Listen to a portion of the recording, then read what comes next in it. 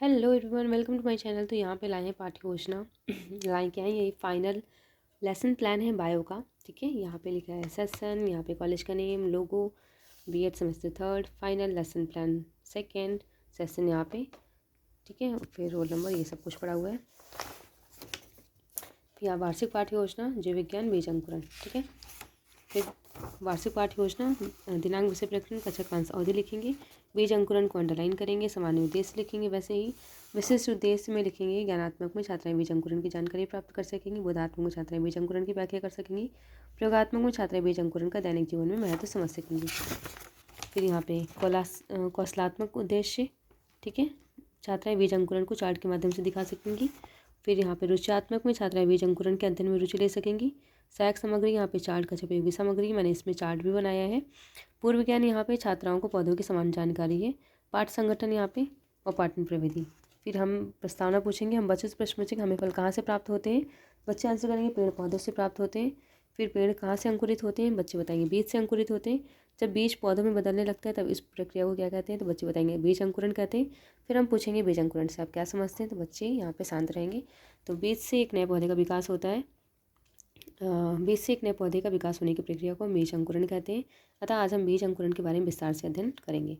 तो यहाँ पे बीज अंकुरण टॉपिक हो गया हमारा। ठीक है, टीचिंग पॉइंट, फिर छात्र क्रियाएँ, शिक्षण विधि। ठीक है, इस टाइप से टेबल बनेगी। बीज अंकुरण, पहला प्रश्न पूछेंगे कौन सी गैस जीवों के श्वसन के लिए आवश्यक है, बच्चे बताएंगे ऑक्सीजन। प्रश्नोत्तर विधि हो गई। फिर लिखेंगे बीज से एक नए पौधे का विकास होने की प्रक्रिया को बीज अंकुरण कहते हैं। जब अनुकूल परिस्थितियाँ मिलने पर बीज से भ्रूण बाहर निकलकर एक नए पौधे के रूप में विकसित होने लगता है, तो इसे बीज अंकुरण कहते हैं। अंकुरण दो प्रकार का होता है, अधोभूमिक अंकुरण और उपरिभूमिक अंकुरण। यहाँ पे बन जाएगा बहुत बढ़िया सा डायग्राम। ठीक है, डायग्राम कैसा लगा कमेंट में ज़रूर बताना। फिर अधोभूमिक में लिखेंगे पौधे का पहले प्रश्न पूछ लेंगे, पौधे का कौन सा भाग है जो रसोई घर के नाम से जाना जाता है, तो बच्चे बताएंगे पत्ती। ये प्रश्नोत्तर विधि हो जाएगी। और ऐसा बीज अंकुरण जिसमें अंकुरण के पश्चात मूलांकुर भूमि में स्थिर हो जाता है तथा बीज पत्र भूमि के बाहर नहीं निकलते, इसे अधोभूमिक बीज अंकुरण कहते हैं। इस प्रकार के अंकुरण में भ्रूण के अक्ष का मूलांकुर पहले विकसित होकर जड़ तथा बाद में प्रांकुर विकसित होकर प्रभु बनाता है। मटर, चना, धान, ये सारे एग्जाम्पल हो गए इसके। ठीक है, फिर उपरिभूमिक अंकुरण, इसमें प्रकाश संश्लेषण के दौरान पौधे कौन सी गैस प्रयोग करते हैं, ये प्रश्न पूछ लेंगे, तो बच्चे बताएंगे कार्बन डाइऑक्साइड। ऐसा बीज अंकुरण जिसमें बीज पत्रधार तेजी से लंबाई में बढ़ता है, जिसके फलस्वरूप बीज पत्र भूमि के ऊपर निकल आते हैं, उपरिभूमिक बीज अंकुरण कहलाता है। अतः बीज के भ्रूण पत्र भूमि से बाहर निकल आते हैं। इसका एग्जाम्पल उदाहरण हो गया इमली, सेम, मूंगफली, कपास, सरसों आदि। बहुत प्रश्न पूछ लिया। ठीक है, फिर आएगा सैंपल सारांश, फिर निरीक्षण कार्य, और फिर यहाँ पे हमारा पुनरावृत्ति प्रश्न। तो ये है हमारा फाइनल लेसन प्लान बायोलॉजी का। ठीक है, अब मैं बता दूँ कि मैंने इसमें चार्ट कैसे बनाया है।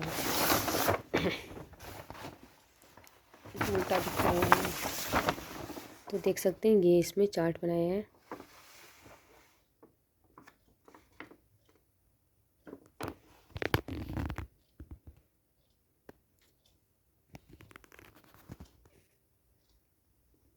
ठीक है, तो ये बीज अंकुरण, ये पाठ्य योजना आपको कैसे लगी कमेंट में जरूर बताना। मिलते हैं नेक्स्ट में, तब तक के गुड बाय।